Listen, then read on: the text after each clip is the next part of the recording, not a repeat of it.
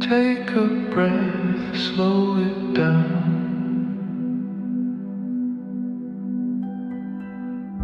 I've just done one recording and I said the podcast name wrong. How do you come back from that? That means it's been way too long. Hi, little gems. My name is Anastasia. Welcome to the Mindfulness podcast, which is dedicated to exploring emotional and mental well-being. We dive into topics like emotional boundaries, psychology, mindfulness, highlighting the importance of emotional intelligence through engaging interviews with everyday people who have fascinating stories, and through my monologues, we discuss different topics, trauma, anxiety, and practical tips for emotional coping. Our episodes offer insights into enhancing overall emotional health, and welcome! It's been way too long.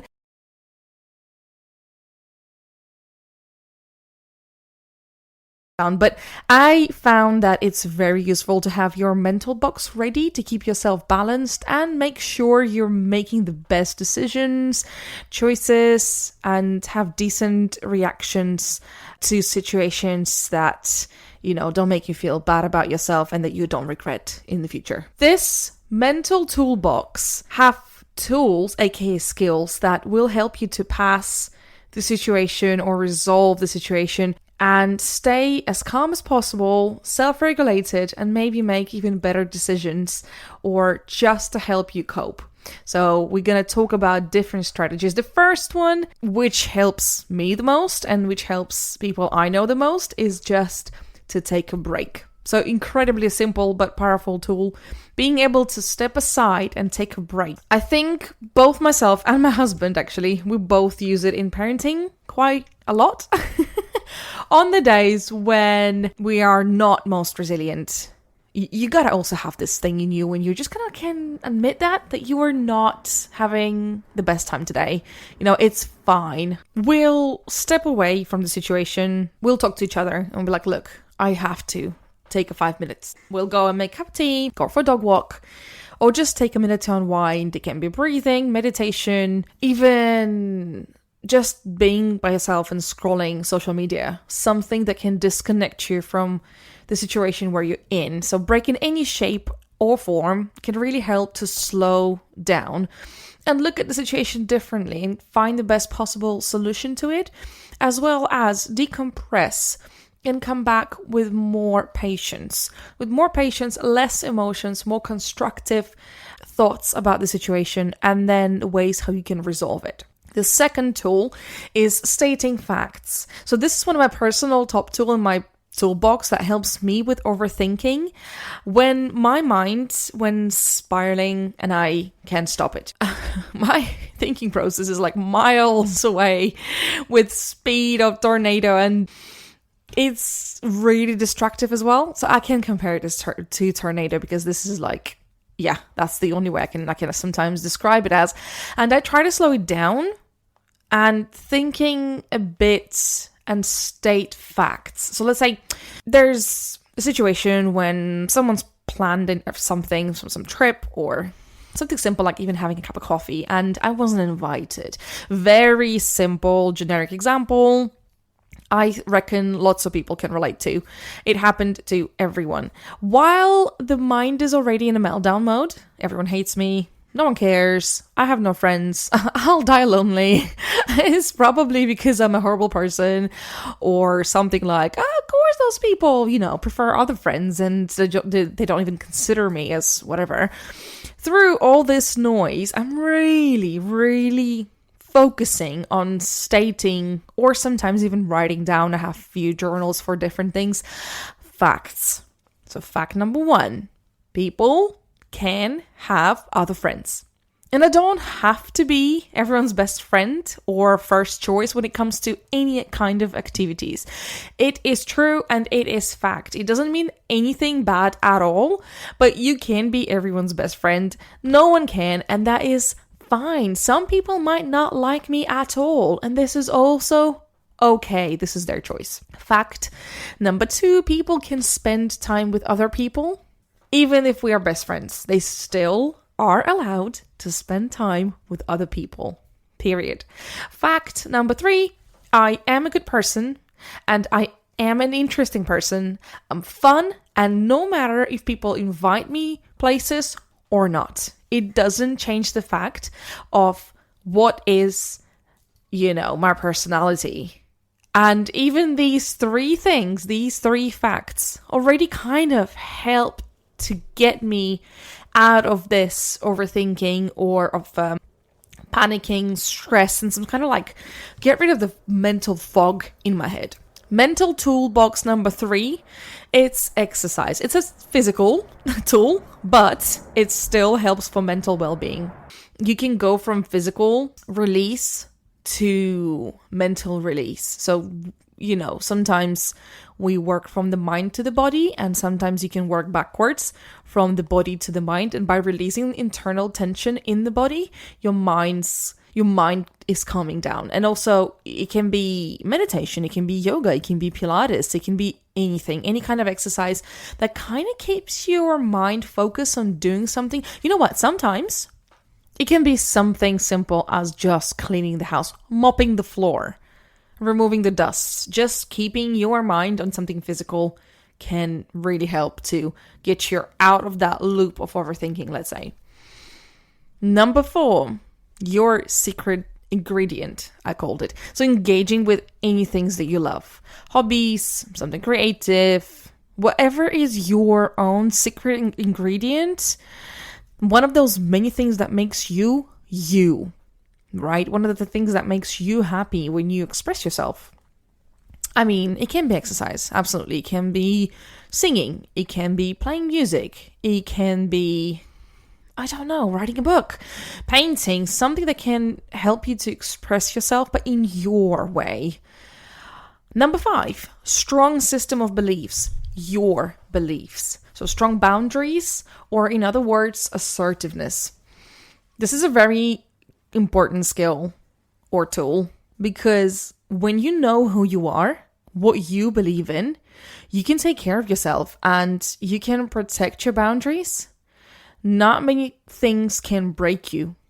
And when I say your beliefs, I specify your beliefs. It's important to identify where you follow the script, let's call it this way. The story that was told you by other people, family, friends, society, or beliefs that are truly yours. Obviously, majority of things that we take into our lives and that we're using as a foundation for our system, let's say, where we live, right? Our actions and our thoughts, it also come from external sources. But when you analyze everything and kind of just systemize everything and put the beliefs that you think, okay, no, I'm doing this because I want to please someone. This is not your belief. You're not acting from your own internal need to act certain way, or because you want to act certain way. You do this because you want to get something from someone, or because someone just trained you in a way. Okay, you have to be this because this what makes you a good person. This how you can achieve success, or da da da da da, right? You name it. And I think it's important to kind of find and extract the things that make your life kind of easier and more clear, because these are your beliefs. You're not following anyone. So it's a really cool tool to have. Number 6, knowing what is under your control. This one helps me personally a lot lately because I'm a control freak. And when I really like something to happen, for example, we're moving and we're about to move literally in like a few days, and then we were told it's not going to happen, as not everyone in their whole chain of buying and selling house system is ready. I can stress out about it all I want, but nothing is going to change because it's completely out of my control. So the good question to ask is like, can I control anything right now? What can I control in this situation? I can focus on other things. I can switch my attention to maybe sorting out stuff that I know is not going to move with us. Pack a few more boxes. Do something fun, which is not related to moving at all. The overall whole situation, I cannot change. So it's really good to have this little kind of like a button, on and off button, like when you just kind of like bloop, filters applied. I cannot control this situation. Calm the fuck down and just chill, and then your emotional state goes like, oh, yeah, well, actually, you're right. I can just relax and focus on something else. Number 7 is mental flexibility. Again, I'll use the example when something goes wrong or not the way you planned. That's when you know how flexible your thinking is, and also as well as when someone's expressing their opinion and it doesn't match with what you think or you believe in.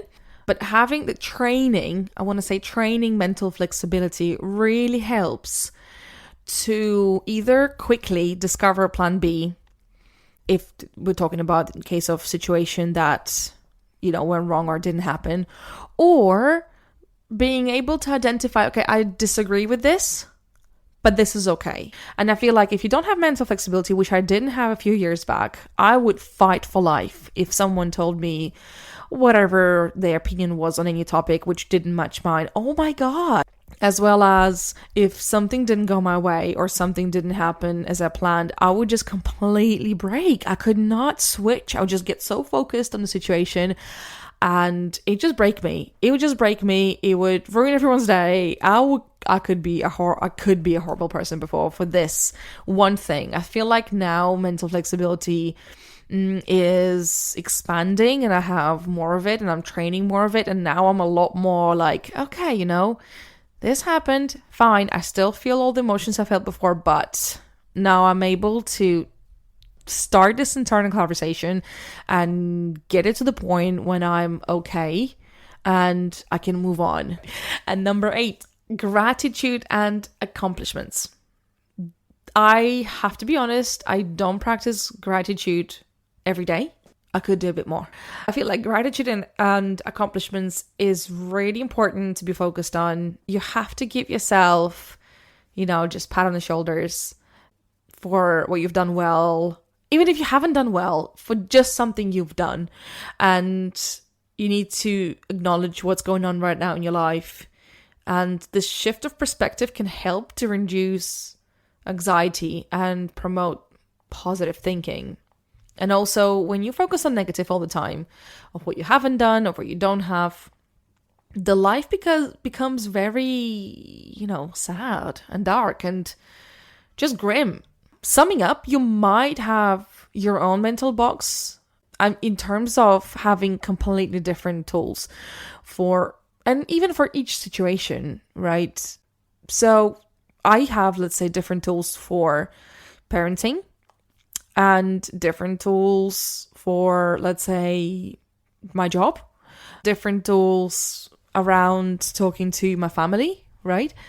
So sometimes there also might be situations when you kind of like exhausted all possible ways to cope and nothing really helped from your mental toolbox. And that's also okay. You need to understand that it's okay to ask for help.